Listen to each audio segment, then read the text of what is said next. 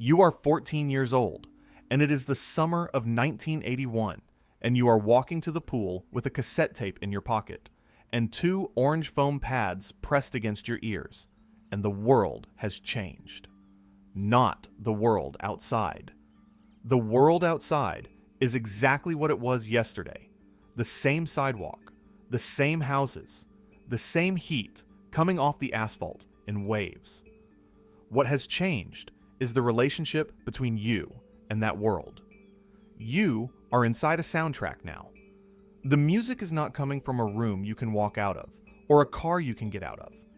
It is coming from inside your own head, at a volume you control, on a tape you made yourself, and nobody around you can hear a single note of it.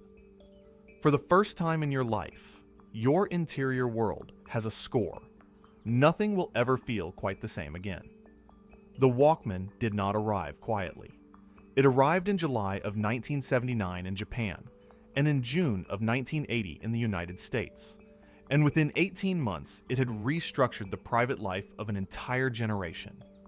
Not metaphorically, structurally. The way people moved through cities changed. The way they exercised changed. The way they commuted. The way they studied. The way they experienced boredom and solitude and the 20-minute walk between one place and another. All of it changed. And it changed because a Sony engineer in Tokyo had solved a problem that nobody had formally identified as a problem until the moment it was solved. The origin of the Walkman is a story about two men who wanted different things and accidentally built the same product. Masaru Ibuka was Sony's co-founder in his early 70s, and he traveled frequently on long international flights.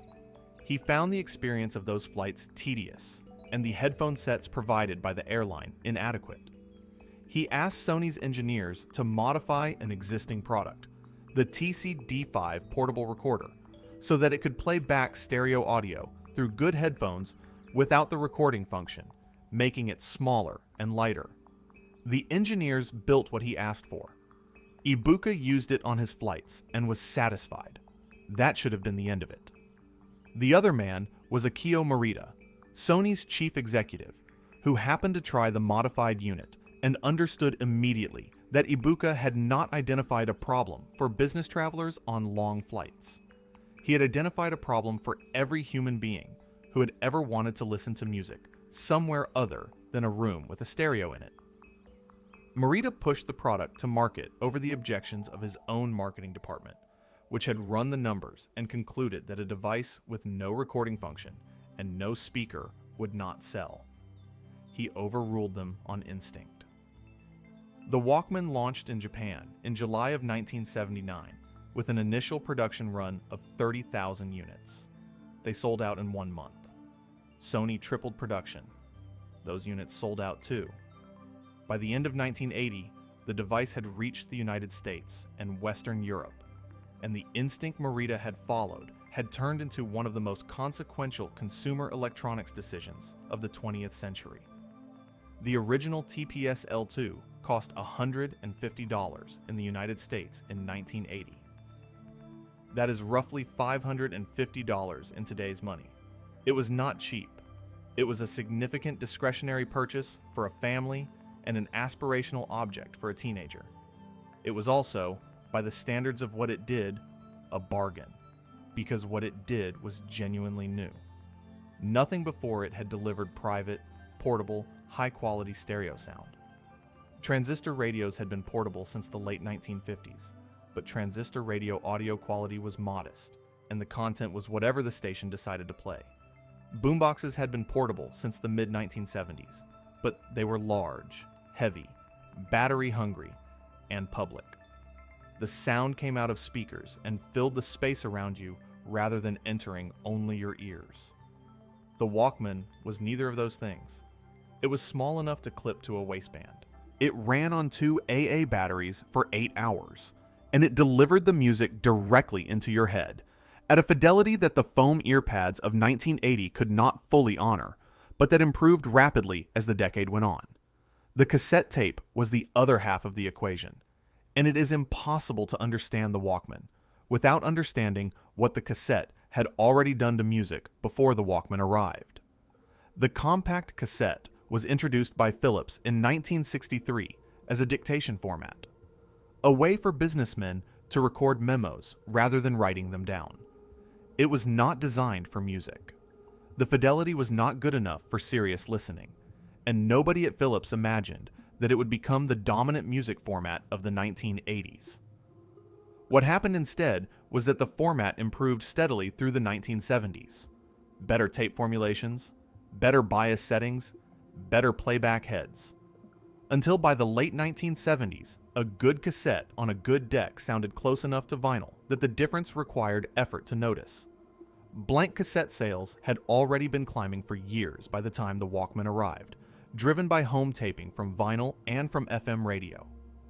The Walkman did not create the cassette culture. It inherited it and gave it somewhere to go. The mixtape became the love language of the decade. Not a metaphor, a literal object that people made for each other with the specific intention of communicating something that felt too large or too vulnerable to say directly. You spent an evening with your records and your tape deck, sequencing songs in an order that told a story, writing the track listing in your neatest handwriting on the insert card, and then you gave it to the person it was for and waited to find out if they understood what you had said. The Walkman was the device on which that communication was received, privately, personally, on headphones, walking somewhere, which meant the recipient was alone with your choices for the entire length of the tape. 45 minutes of uninterrupted signal from one person to another, with no interference from the outside world. By the mid-1980s, the Walkman had produced a new kind of urban experience that city planners and social critics were still trying to describe. The person walking down a crowded street with headphones on was simultaneously more alone and more internal than any pedestrian in history. They were present in the physical space and absent from its social demands. They could not hear you unless you raised your voice or tapped their shoulder. They were navigating the street by sight, while their auditory world was somewhere else entirely. A concert recorded in a studio in Los Angeles or London, a voice on a tape made by someone who knew them, a piece of music chosen specifically for this walk on this morning. The headphones were a signal as much as a device.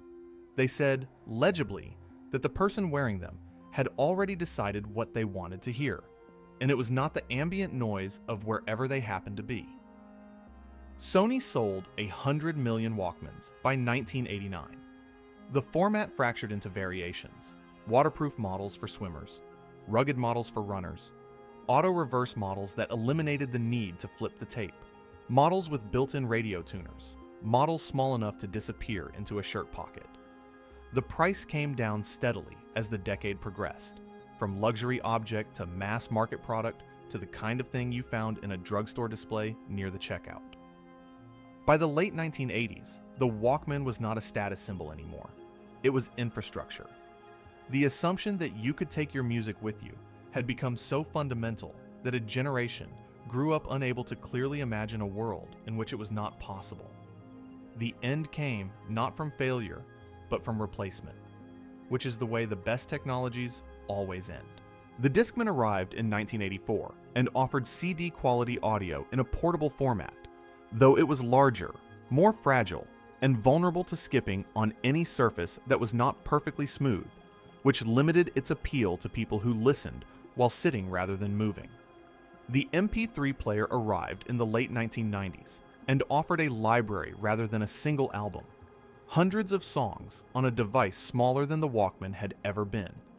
And then, in 2001, the iPod arrived and made the MP3 player elegant and simple and desirable in a way that nothing before it had managed, and the cassette Walkman moved from ubiquitous to obsolete in the space of about 3 years. Sony manufactured the last cassette Walkman in Japan in 2010, 31 years after the first one. The announcement generated more coverage than most product discontinuations, not because the Walkman had been commercially relevant for a decade, but because the people who had grown up with it understood that the discontinuation was a marker of something larger. A relationship between a person and their music that had begun the moment they first pressed play on a tape they had made themselves and walked out the door into a world that was suddenly, inexplicably, scored. The cassette has come back in the way that vinyl came back. Not as a dominant format, but as a deliberate choice made by people who understand what they are choosing. Blank tape sales have been climbing since 2015. Boutique cassette labels release limited runs of new music on tape to audiences who are not under any illusion that the audio quality is superior. What they are buying is the experience of a format that required commitment. A physical object, a side A and a side B, a sequence you could not shuffle, a rewinding. The Walkman never really left. It just got quieter. If you had a Walkman, the year, the tape you played first, the walk you remember taking with it, leave it in the comments. I want to read it. This is the last frequency. Some signals are worth carrying with you. Not everyone remembers to press play.